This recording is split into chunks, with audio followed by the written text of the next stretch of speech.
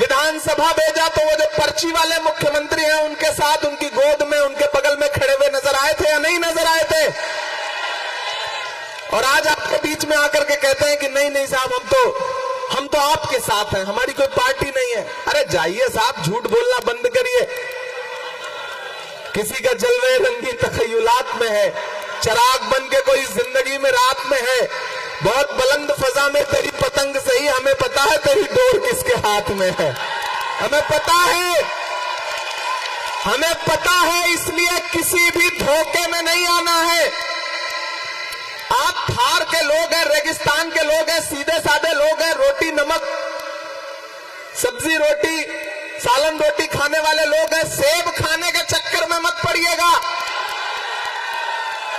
और आजकल जो सेब आ रहे हैं ना, वो नकली हैं सब। अडानी के सेब ज्यादा महंगे बिक रहे हैं देश में, याद रखिएगा इस बात को। आपको 26 तारीख को एक बात याद रखना है कि जो 26 अप्रैल है वो लोकतंत्र के लिए होली है, दिवाली है, ईद है। अगली लाइन आ रही है, ताली उस पे बजाना। 26 अप्रैल लोकतंत्र के लिए होली है, दिवाली है, ईद है, क्योंकि बाड़मेर को उम्मीदा राम से उम्मीद है। ये ध्यान रहे, ये चुनाव बहुत महत्वपूर्ण चुनाव है। ये चुनाव एक्सपेरिमेंट करने का चुनाव नहीं कि नहीं साहब एक नया झंडा पकड़ के एक साहब आए हैं उनको भी वोट दे दो, उनको भी दे दो। नहीं, अभी नहीं तो कभी नहीं। 2024 के चुनाव ये सिर्फ दिखाते हैं, किसी को कुछ देते नहीं है। ये सिर्फ अडानी और अंबानी के दोस्त हैं।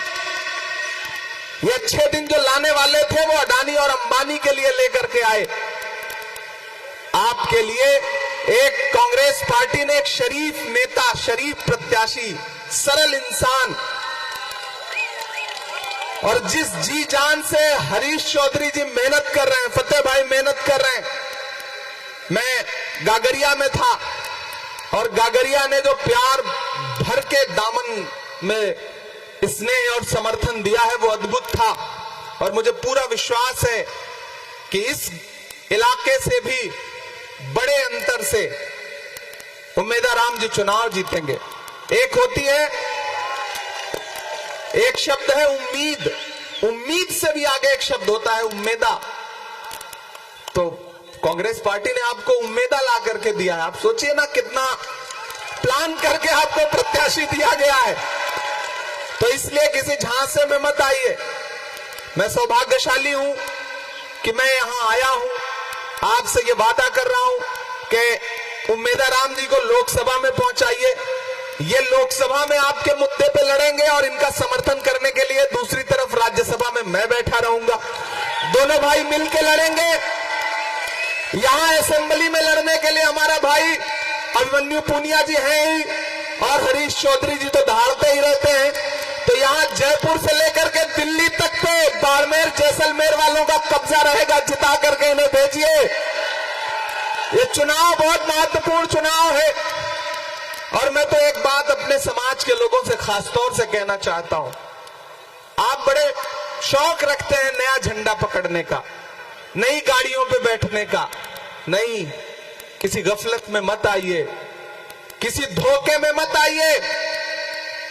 ये जो घूम रहे हैं आपके बीच में आते हैं तो आदाब करते करते ऐसा लगता है कि कमर झुक जाएगी। उनकी सच्चाइयां हमें पता हैं। मैं तो आपसे ये कहने आया हूं कि उम्मीदा राम जी का चेहरा आपके सामने है, हरीश भाई का चेहरा आपके सामने है, लेकिन आपका दिया गया एक एक वोट 26 तारीख को सिर्फ उम्मीदा राम को नहीं मिलेगा, बल्कि मोहब्बत के उस मसीहा को मिलेगा जिसका नाम राहुल गांधी है। जो इंसान आपके लिए 4000 किलोमीटर पैदल चला कन्याकुमारी से कश्मीर तक, मैं उनके साथ चला हूं।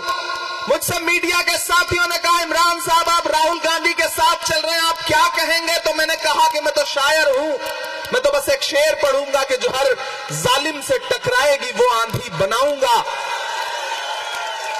आपकी तालियों का शोर जाए जयपुर से लेकर दिल्ली तक की, जो हर जालिम बनाऊंगा। आप बड़े जल्दबाजी में रहते हैं, एडवांस में दे देते हैं, यही करके आपने जो है दिमाग खराब कर दिया छोटे छोटे नेताओं के। जो हर जालिम से टकराएगी वो आंधी बनाऊंगा, नए अंग्रेज आए हैं नया गांधी बनाऊंगा।